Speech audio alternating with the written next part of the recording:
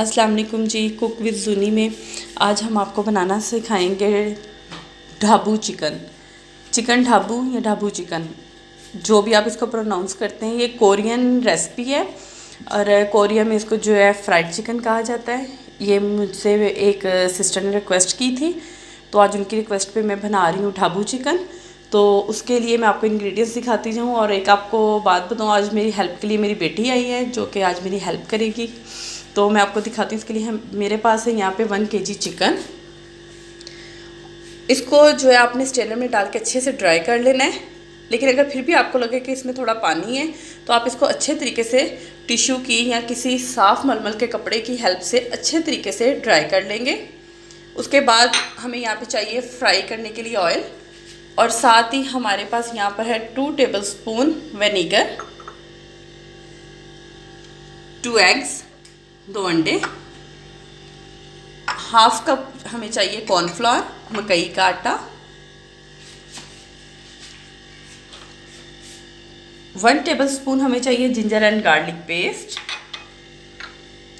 4 tablespoon हमें चाहिए सीसम seeds, तिल जो नान पे लगाए जाते हैं, 4 टेबलस्पून मुझे यहाँ पे चाहिए होगा राइस फ्लावर, ये है चावलों का आटा।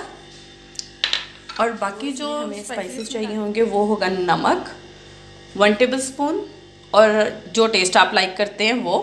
और उसके साथ ही हमें चाहिए होगी यहाँ पे लाल मिर्च, रेड चिली, ये मैंने यहाँ पे ली है हाफ टेबलस्पून, आप अपने टेस्ट के लिए डालें। और साथ ही हमें चाहिए होगी हल्दी, टर्मरिक पाउडर 1 टीस्पून। साथ ही मुझे यहाँ पे चाहिए क्रश्ड चिली वो 1 टेबलस्पून, और साथ ही मुझे चाहिए होगा यहाँ पे गरम मसाला 1 टेबलस्पून, हाफ टी स्पून मैं ऐड करूँगी इसमें काली मिर्च। चलिए अब हम आपको बताते हैं कि हम इसको सबसे पहले हम लेंगे एक बाउल, उसमें हम अपना सारा चिकन ऐड करेंगे। साथ ही हम इसमें ऐड करेंगे अपना 2 टेबलस्पून जो है विनेगर, सिरका। इसको अब हम लोग जो है अच्छे तरीके से मिक्स करके 15 से 20 मिनट के लिए रख देंगे। अब आप इसको मिक्स करके 15 से 20 मिनट के लिए अच्छे तरीके से रख देंगे। फिर मैं नेक्स्ट आपको बताती हूँ आपने 15 मिनट बाद क्या कर। 15 मिनट हो चुके थे, तो अब जो है इसमें हम लोग ये सारे इंग्रेडिएंट्स जो थे हमारे पास ये ऐड करेंगे। ये हमारा जाएगा अदरक लहसुन का पेस्ट, इसमें हमारे जाएंगे सीसम सीड, तिल। अब जाएंगे इसमें हमारा ये चावलों का आटा,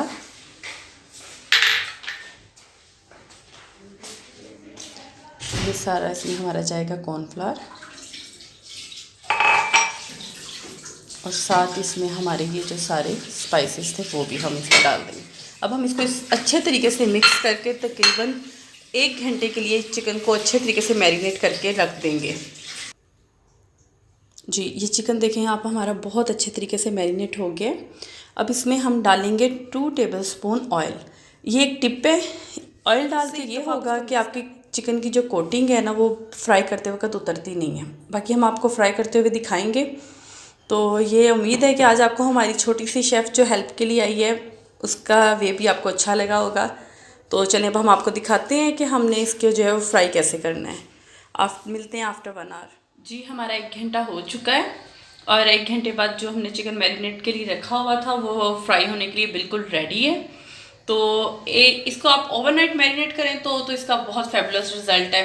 उसके अलावा ये है कि आप इसको जो है हमेशा मैरिनेट करके रेडी टू ईट अपने जिपलॉक बैग में फ्रीज़ कर सकते हैं।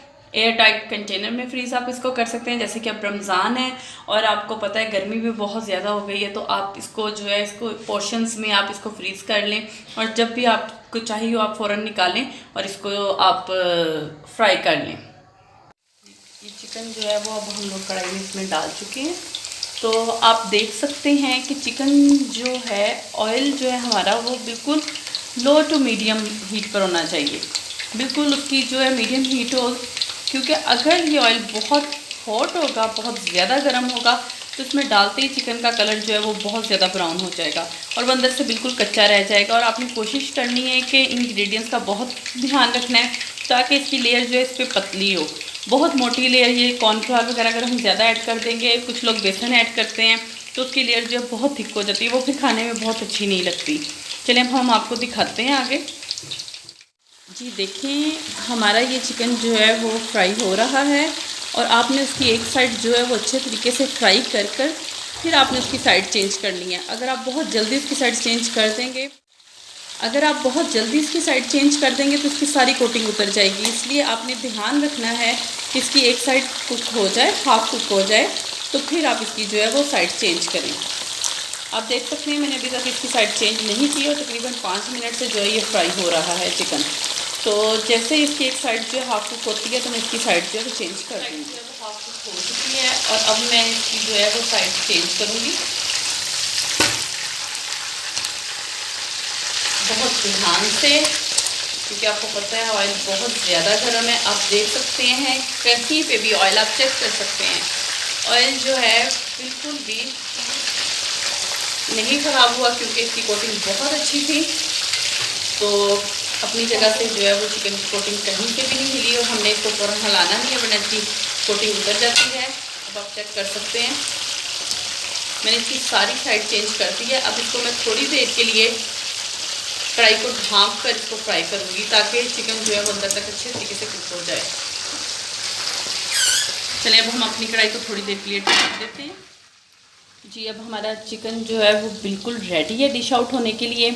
तो मैंने जो है इसको 5 मिनट तकरीबन दूसरी साइड से कुक किया था, फिर इसको मैंने जो है कवर करके 5 मिनट कुक किया था। ऑलमोस्ट ये मेरा 15 से 20 मिनट्स में जो है चिकन बिल्कुल रेडी हो गया है। अब मैं आपको इसको दिखाती हूँ कि हमने इसको निकालना है अच्छे तरीके से। इसका ऑयल आप देख सकते हैं, ये देखने में बिल्कुल क्रिस्पी और बहुत अच्छा लग रहा है। मेरे पास कुछ ये ब्लैक सीसम थे, काले तिल, मैंने वो भी इसमें ऐड कर लिए थे। अगर आपको ज़्यादा सीसम पसंद है तो आप इसमें ज़्यादा सीसम ऐड कर सकते हैं।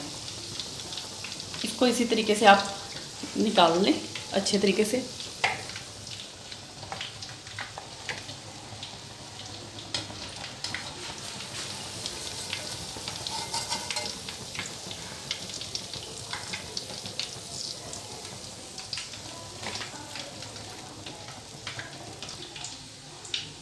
जी हमारी बहुत ही मज़ेदार ढाबू चिकन जो है वो बिल्कुल रेडी है और आप इसको चेक कर सकते हैं। इसका कलर बहुत खूबसूरत आया है, ये खाने में भी बहुत ज़्यादा टेस्टी क्रिस्पी। आप इसको ज़रूर ट्राई कीजिएगा और अगर आपको ये मेरी रेसिपी अच्छी लगे तो आप इसको मेरे चैनल को सब्सक्राइब करें, बेल आइकन को दबाएं और साथ ही लाइक करें और कमेंट्स में मुझे बताएं कि आपको ये रेसिपी कैसी लगी, ताकि आने वाली हर नई रेसिपी जो है आप तक आसानी से पहुंच सके।